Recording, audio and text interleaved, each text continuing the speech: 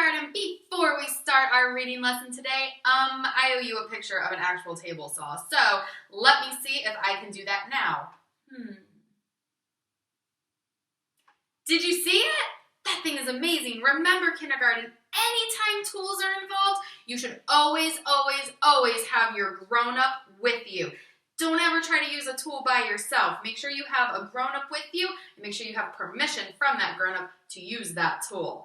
All right, Kindergarten, we are going to talk about a couple tools today. We're going to talk about a hammer and about a screwdriver. So let's check out this hammer. Our question this week says, what tools are needed to build things? Well, I want to know, what could you build with a hammer? What are some things that you could build with a hammer? You could build probably a birdhouse. You could maybe build a doghouse.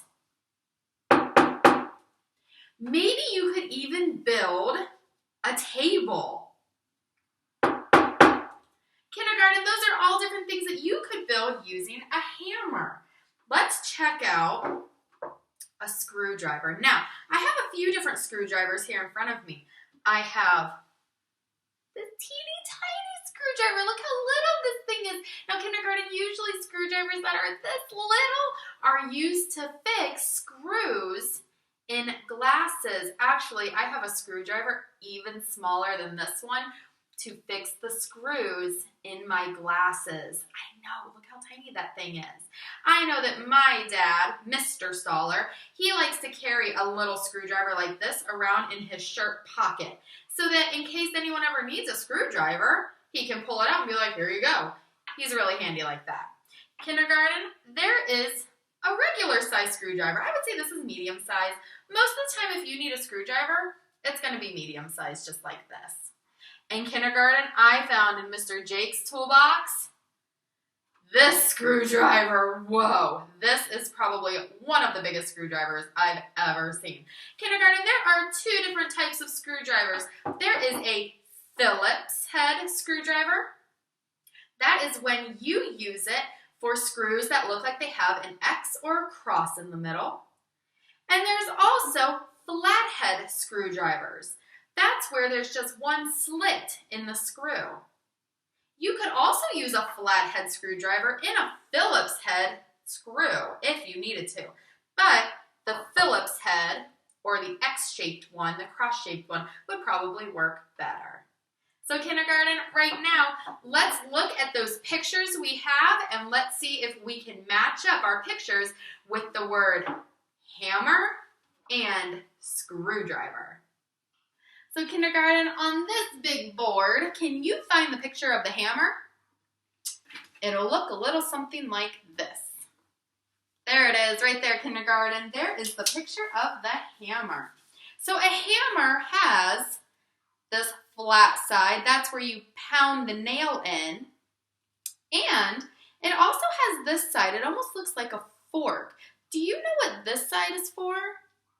This is so that you can take the head of the nail and pull it out of something. It's slotted. Okay, a little closer. It's slotted, so you can slide that over the head of the nail, and then you just roll this part along the board or the wall where it is, and you can pull it right on out. Because sometimes when we're building something, we might make a mistake, and we might need to take a screw or a nail out. In Kindergarten, can you find the picture of the screwdriver? It might look a little something like this. There it is right there, Kindergarten. Here is the screwdriver. I'll put this up here. Kindergarten, is this screwdriver a Phillips or a flathead? This is a Phillips screwdriver because it has a cross on it. It looks like it has an X at the end, so this is a Phillips screwdriver. Kindergarten, we already talked about the two different types. So right now we know that this is a drill, this is a saw, this is a hammer, and this is a screwdriver. So Kindergarten, now that we have talked about our different types of tools, let's talk about the characters in our story because it says today, I can describe the characters. Now remember, the characters are a person or anything that acts like a person in a story. So if I take our book from this week, Old MacDonald Had a Woodshop, let's talk about about this character right here? This is Old MacDonald. So I know that this is not a person. This is a sheep. This is an animal. But how does this animal act like a person? Any idea? She, for one, is wearing glasses. She's wearing her glasses, kindergarten. I know that sheep don't wear glasses.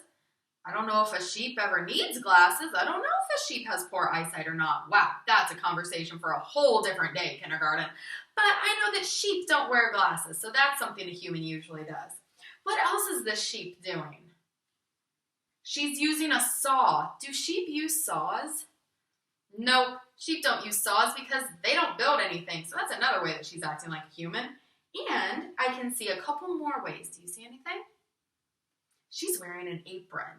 Do sheep wear aprons? No, you could probably put an apron on a sheep, but would a sheep put an apron on itself? Nope. And I see that this sheep is standing on 2 feet. This sheep is standing on 2 feet, kindergarten. We also talk about how in a story, if an animal's acting like a person, sometimes they talk, but there is no dialogue. Can you say the word dialogue? Dialogue. Dialogue. 3 syllables. That word means that there's talking. So dialogue just means talking. But when we read the story yesterday and on Monday, there was no dialogue going on. Nobody was talking. They were just using their tools. So kindergarten, there are some ways we can describe this character, Old MacDonald. So Old MacDonald is a girl. Old MacDonald is a sheep. Old MacDonald has a woodshed. Old MacDonald can build things. Old MacDonald has friends. Old MacDonald lives on a farm. I think she lives on a farm. Let's go back to this first page where we first see her. Oh, there we go. She lives on a farm because there's a tractor here and a barn here. Hey, isn't this what they build at the very end of our story? So if we look at our story, we can tell some things about her. We know that she likes to build. We know that she has lots of friends. There's no dialogue, so we don't know what she sounds like, and we don't know anything that she really likes to eat or anything, but we could probably imagine. If she has lots of friends, do you think that she's kind or unkind? She's probably kind. If she's letting her friends help her build something, she's really kind. If she likes to build things, she's probably creative.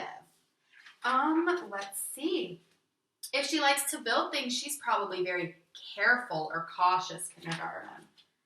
So kindergarten, just by looking at our pictures and listening to our story, we can tell a lot about our characters. So what you're going to do today, kindergarten, there is a story called Froggy Builds a Treehouse. I'll post it down below because I won't read it today. I'll post it down below so that you can go and listen to it on YouTube. And I want you to watch as Froggy builds that treehouse. What tools did he use? Who helped him? Then you're going to pick one character from that story, and using the graphic organizer for characters, you're going to describe a character. If you need to go back and listen to that story again and watch that story again, totally fine. Go ahead and do it. It's right there for you. You can listen to and watch that story as many times as you need, kindergarten. Pick one character and describe that character. Kindergarten, I will see you guys tomorrow when we talk about our 2 last tools. Go have fun listening to Froggy Builds a Treehouse.